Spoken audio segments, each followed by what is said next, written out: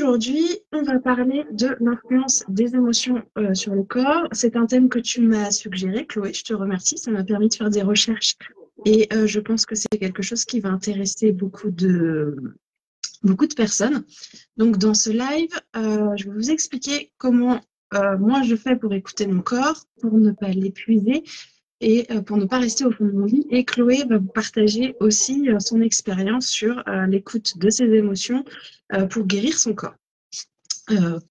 Pour commencer, comme d'habitude, sur une échelle de 1 à 10, comment vous vous sentez en sachant que 1, c'est je suis au fond du trou et 10, c'est tout est parfait. Donc, même en replay, prenez le temps de répondre à cette question. De toute façon, on ne voit pas les commentaires. Voilà. Et la deuxième chose que je voudrais que vous partagiez en commentaire, c'est ce que vous attendez de ce live. Qu'est-ce que vous pensez retirer de ce live? Donc, je vous laisse quelques secondes pour noter vos commentaires, qu'on verra quand ce sera fini, n'est-ce pas? Voilà. Donc, pourquoi écouter son corps? C'est important. Alors, il faut savoir que émotion, c'est E plus motion, donc énergie en mouvement. C'est l'énergie qui circule dans le corps. Et donc, si tu es attentive à ce qui se passe dans ton corps, il va te dire où l'énergie va bloquer. Ça va correspondre à une douleur. Et d'ailleurs, si tu cherches la symbolique d'une douleur physique, tu te rends compte qu'elle vient toujours d'une émotion que tu n'as pas voulu écouter. C'est une discussion, c'est marrant, que j'ai eue cette semaine avec mon meilleur ami. Et donc lui, il n'est pas super ouvert à ce principe que chaque douleur physique est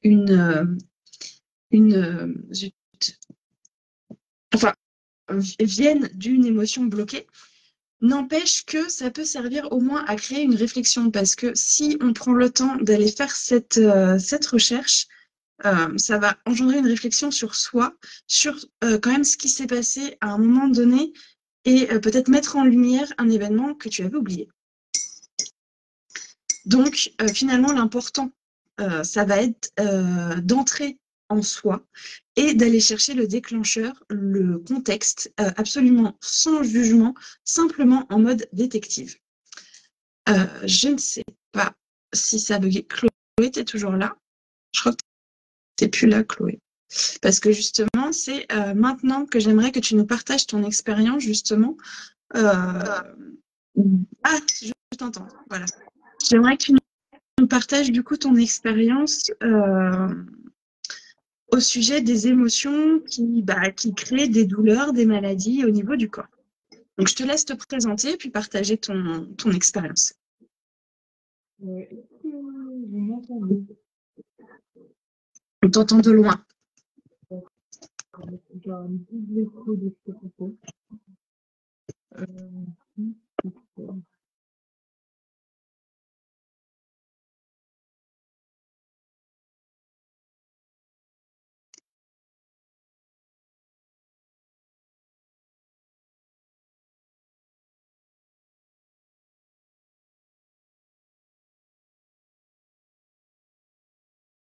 Chloé? Vous m'entendez? Ah, on t'entend mieux, ouais, super. J'entends ce qu'on a, la vidéo, je l'entends en fond. Donc, tout ce qu'on a dit avant, enfin tout ce que tu as dit aussi, bah, du coup je l'entends en fond. D'accord. À ce moment-là, pour que ça ne te perturbe pas, peut-être coupe le son le temps que tu parles. Maintenant là, c'est bon. C'est Là, c'est bon, ok. Vous Donc, je te m'entendez? laisse te présenter et partager ton expérience. Ok. Ben, moi, c'est Chloé Lemaire. Je suis une maman de 34 ans, bientôt 35. Je suis porteuse de la maladie, dite maladie, mais moi je ne considère pas que c'est une maladie,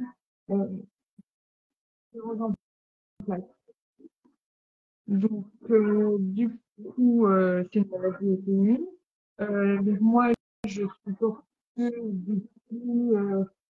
depuis comment je pense ma naissance. On J'ai été t'entend pas super diagnostiquée. bien. Peut-être t'as ton doigt sur le micro, Chloé. Ah, non, pas du tout. C'est marrant parce qu'un mot sur deux, on les comprend super bien. Ouais, je touche pas rien du tout. Le téléphone est en mode tenu par un appareil. Donc, Ah, c'est bizarre. Bon, tant pis. Je te laisse continuer, pardon. ouais. Donc, du coup, bah, moi, j'ai compris assez tôt que j'avais la maladie.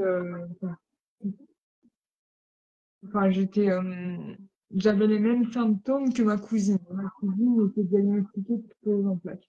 Donc, je me suis dit que je pensais avoir la même chose. Moi, j'avais perdu la vue partiellement. euh, j'avais, j'avais 16 ans. Et, euh, et du coup, bah, en fait, j'ai été diagnostiquée d'autres choses avant parce que j'ai aussi une tumeur cérébrale. Et donc, en gros, ils s'en sont arrêtés. Alors que moi, je savais que c'était pas la tumeur. La tumeur, pour moi, n'a jamais rien eu à voir avec ça.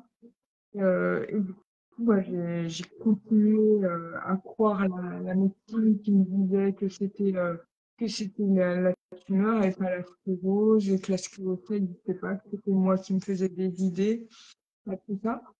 Et du coup, je me suis de plus en plus enfoncée, justement, parce que j'écoutais pas mes émotions, parce que je savais que c'était pas ce qu'on me disait, euh, et je le respectais. Je disais que du coup, la maladie, plus ou moins, s'aggravait, parce que je n'écoutais pas les symptômes, puisque les médecins me disaient que c'était le contraire de ce que je ressentais. Et du coup, à 30 ans, on m'a diagnostiqué enfin la sclérose en plaques, alors que j'avais mes premiers symptômes à l'âge de 10 ans, quand même. Et du coup, bah, je suis tombée de haut, même si je savais très bien que c'était ça. C'est juste qu'enfin, on me posait un mot dessus et on m'écoutait quelque part. Sauf que du coup, bah, on m'a un peu plus enfoncé parce que du coup, on m'a dit que finalement ma tumeur n'était pas une tumeur simple, ni un cancer. Donc c'est pour ça qu'on ça m'a plus fait mal que de me dire que j'avais la sclérose parce que je l'ai fait. Donc, c'est la médecine, hein. Et du coup, à 30 ans, je me dis que c'est pas possible qu'on me dise que je passe en pension d'invalidité, parce que à peine j'ai été diagnostiquée qu'on me passait en pension d'invalidité. Et j'ai dit, c'est pas comme ça que je vois la vie. Et du coup, j'ai découvert le marketing de réseau et j'ai vu la solution pour moi de créer ma vie, d'avoir ma propre vie professionnelle, que j'aménageais en fonction de moi et en même temps que je travaille sur mon développement personnel et donc mes émotions. Et aujourd'hui, c'est ce que je fais avec ma nouvelle société, parce que j'ai changé pas mal de fois de société parce que je ne trouvais pas mon adéquation, justement. Et je me bloquais tout le temps par rapport à mes émotions. Je disais non, non, reste dans cette société parce qu'elle est bien, elle est bien. Mais en fait, je savais bien que je ne vivrais pas dans cette société et enfin, du coup, je me suis dit non, je vais pas continuer là-dedans. J'ai enfin fini par accepter et d'ailleurs, juste après, mes symptômes ont largement diminué. Et j'ai découvert donc, la société où je suis actuellement. Et donc, on travaille énormément sur le développement personnel et notamment le côté holistique des choses. Donc, je prends en charge ma santé sur vraiment tous les plans, notamment, euh, notamment avec l'alimentation, le sport, avec le bien-être financier aussi, le bien-être mindset. On a le bien-être physique et le bien-être vraiment sur tous les plans, le mental, tout. Et du coup, c'est ça que j'ai vraiment apprécié dans cette société. Et je me suis dit qu'il fallait pas que je guérisse de la maladie, mais que je guérisse des symptômes. Parce que j'ai compris que en fait, les émotions sont que si on l'écoute pas, si on n'écoute pas cette émotion, on déclenche un symptôme. Et c'est comme ça que j'ai décomposé tous les symptômes que j'ai eus et j'ai travaillé sur chaque symptôme en fonction de ce que ça pouvait dire. Par exemple, je sais que j'ai eu des soucis au niveau de ma vessie et du coup, j'ai regardé un petit peu sur Internet qu'est-ce que, sur le plan émotionnel, ça traduit que la vessie, elle avait du mal. Et ben, du coup, j'ai découvert que c'était la peur. Donc, je me suis dit, il faut que je cherche pourquoi j'ai eu peur, pourquoi j'ai déclenché ça. Après, bon, j'ai eu d'autres soucis, hein, quand j'ai eu les problèmes respiratoires que j'ai cherché, c'est un sentiment d'étouffer. Et c'est qu'en fait, j'ai compris que là, c'était en fait que je n'exprimais pas réellement mes émotions comme elles devaient être exprimées. Après, je citais le lien avec mon hémipharésie que j'ai depuis toute petite, puisque je boitais à l'âge de 10 ans. Ça, je le vois comme un sentiment de blocage.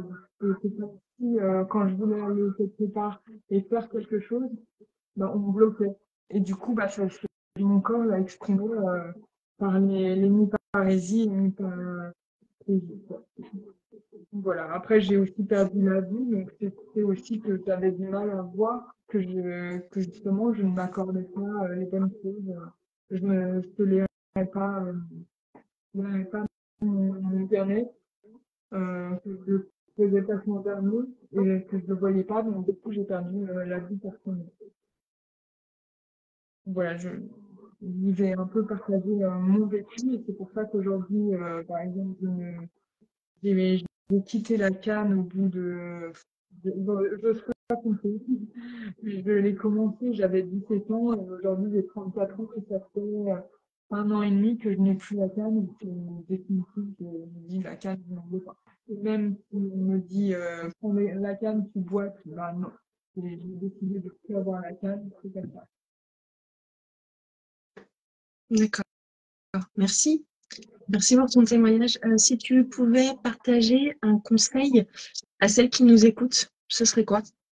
Écoutez-vous, écoutez-vous tout simplement parce que moi, je fais énormément de méditation. Mmh. Et c'est en faisant des méditations, alors qu'avant, parce que j'ai aussi un petit côté hyperactif, je me disais non, on peut pas le temps, c'est long, une méditation, tout ça. Mais en fait, plus je fais des méditations, plus je gagne de temps en fait. C'est marrant parce que j'ai commencé à en faire aussi, ça fait 2-3 semaines. Au début, je me fixais 10 minutes et c'est vraiment très, très dur pour moi de rester 10 minutes allongée. Donc, j'ai réduit pour l'instant à 5 minutes. Donc, 5 minutes, ça commence à être tolérable pour moi, donc je pense que je vais pouvoir augmenter. Mais je comprends ce que tu dis, c'est compliqué de rester inactive. Enfin, c'est pas inactive, mais c'est rester immobile. Je comprends.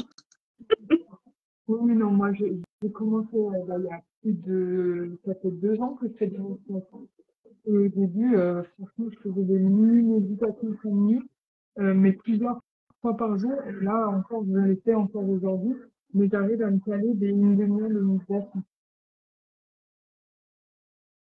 T'arrives à quoi? Excuse-moi, À ça n'a me, pas. à me caler des demi-heures de méditation, mais alors, c'est assez rare encore, mais ça m'arrive.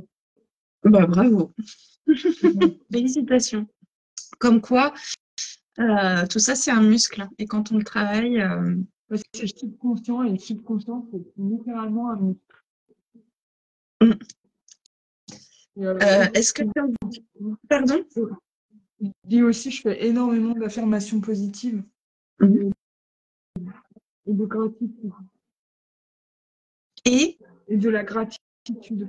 ah oui, oh, bah, la gratitude, oui, bien sûr. Ça fait partie justement des rituels qu'on fait dans la communauté le soir, chaque soir, ouais. Ça fait partie des rituels. Est-ce que tu as envie de partager autre chose avec nous? Pas spécialement.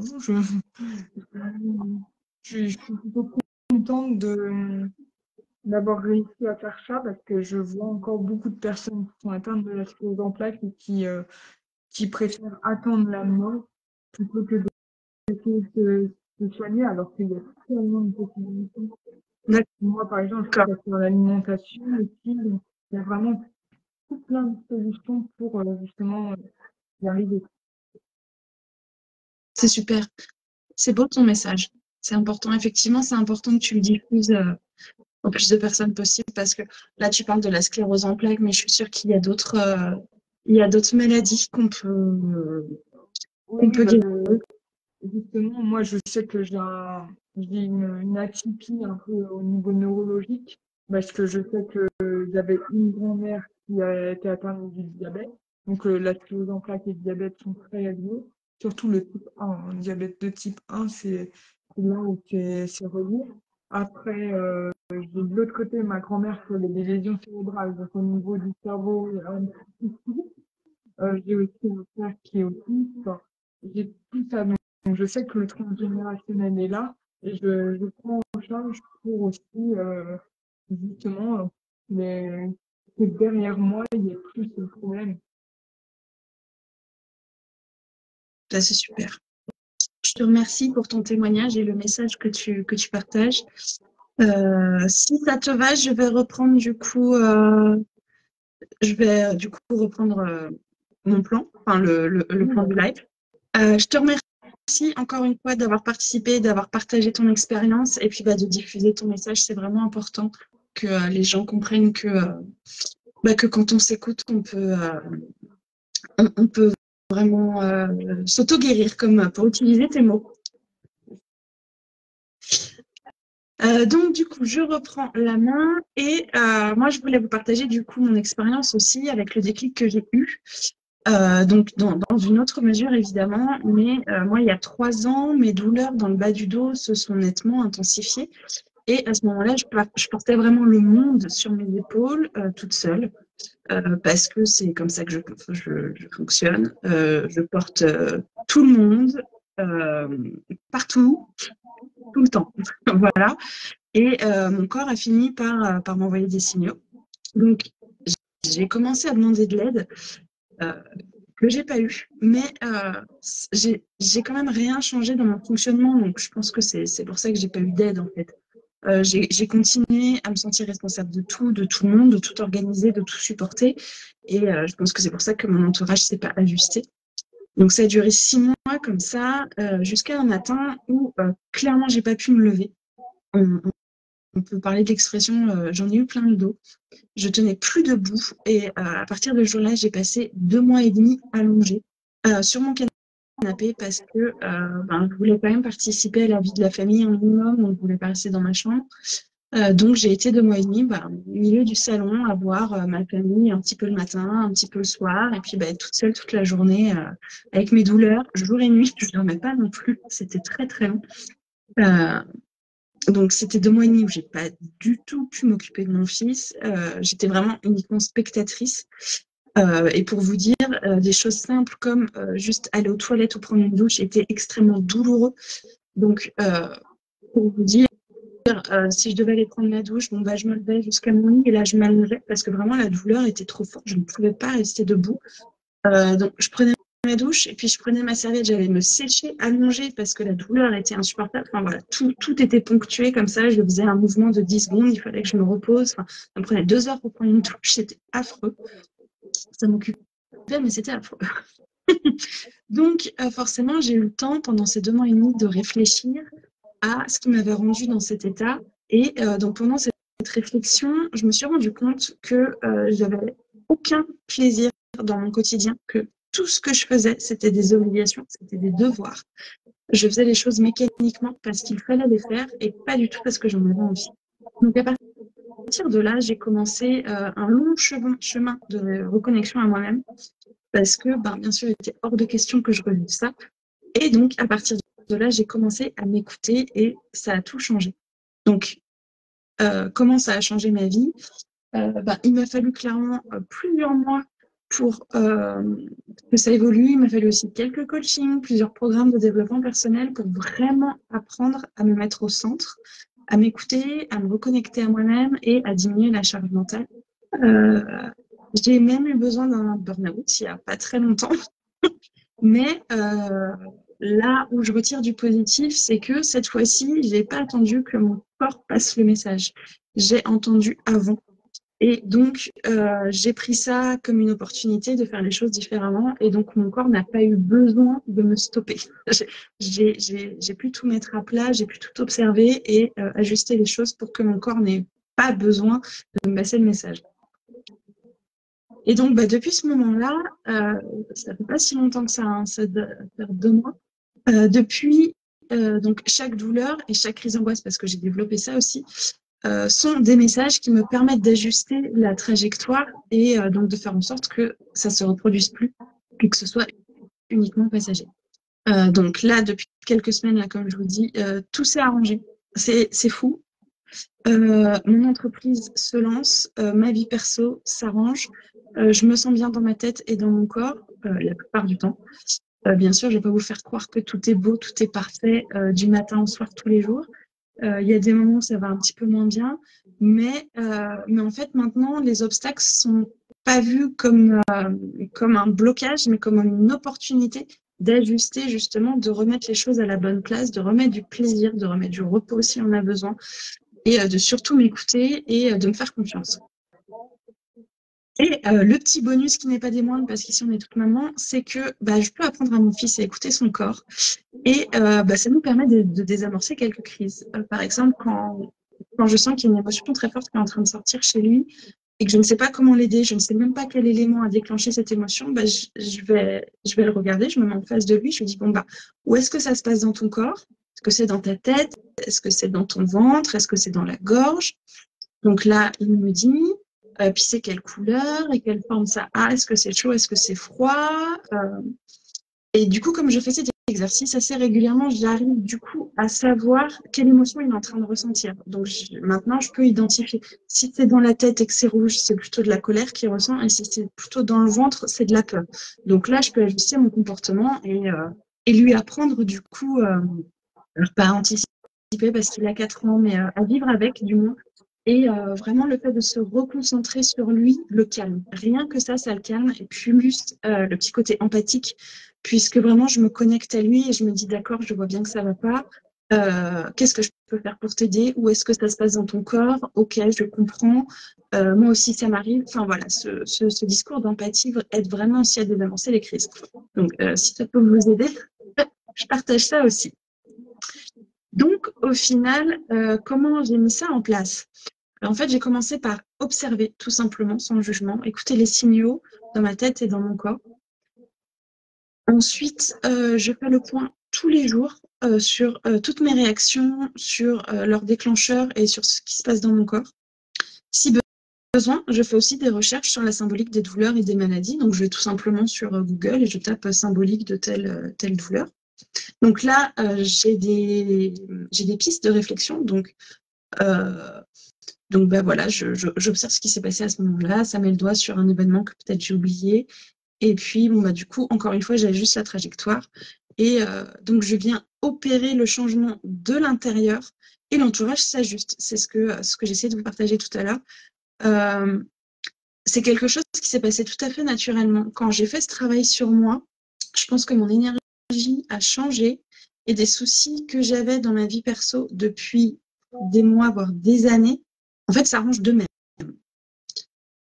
Donc vraiment, il s'est passé quelque chose dans ma tête, dans mon cœur, mon corps, mon énergie, et des choses qui étaient bloquées depuis, je vous dis même des années, se sont débloquées comme ça naturellement. Et c'est ce que je vous souhaite vraiment de vivre, cette plénitude, cette cohérence entre le perso, le pro, soi-même, la famille. Tout se passe comme sur des roulettes, comme on dit, et je vous souhaite de vivre ça. Donc, évidemment, j'aimerais faire le point avec vous de tous vos mots MAUX pour vous aider à les soulager. Mais bon, bien sûr, ça prendrait trop de temps. Et par contre, j'ai modifié mon offre là cette semaine. Il y a des bonus incroyables ce mois-ci. qui vont vous permettre de trouver une organisation idéale, de quitter le brouillard mental et de découvrir la légèreté au quotidien en quelques semaines, en prenant juste quelques minutes par jour et de chez vous. Donc, en plus d'entrer dans une communauté de femmes qui vont toutes dans la même direction, qui s'entraident, qui se soutiennent, qui se tirent vers le haut. Et donc, si vous voulez savoir si c'est fait pour vous, vous pouvez juste écrire info en commentaire ou par message, comme vous préférez. Et je vous enverrai le document où se trouvent toutes les informations de mon offre. Et donc, vous pourrez décider si c'est le bon moment pour vous de changer de vie ou pas. J'ai partagé tout ce que je voulais partager avec vous. Voilà, et encore une fois, j'ai pas du tout de commentaires. Donc, ça arrivera plus tard. Bon, c'est comme ça. J'ai rien du tout. Bon. Eh bien, j'y répondrai quand ce sera coupé. Voilà, ça arrive tout le temps comme ça. À chaque fois, quand je coupe le live, je vois « Ah, il y a ce commentaire, ce commentaire. » Bon, j'y réponds après. Voilà, c'est comme ça. Donc, j'ai partagé tout ce que je voulais. Encore merci à Chloé d'avoir partagé avec nous son expérience et ses conseils. Elle s'appelle Chloé Lemaire, donc si jamais vous voulez peut-être prendre contact avec elle, n'hésitez pas. Là-dessus, je vous souhaite une très très bonne journée, un bon week-end, de prendre soin de vous et de prendre quelques minutes pour vous, rien que pour vous aujourd'hui. À très vite.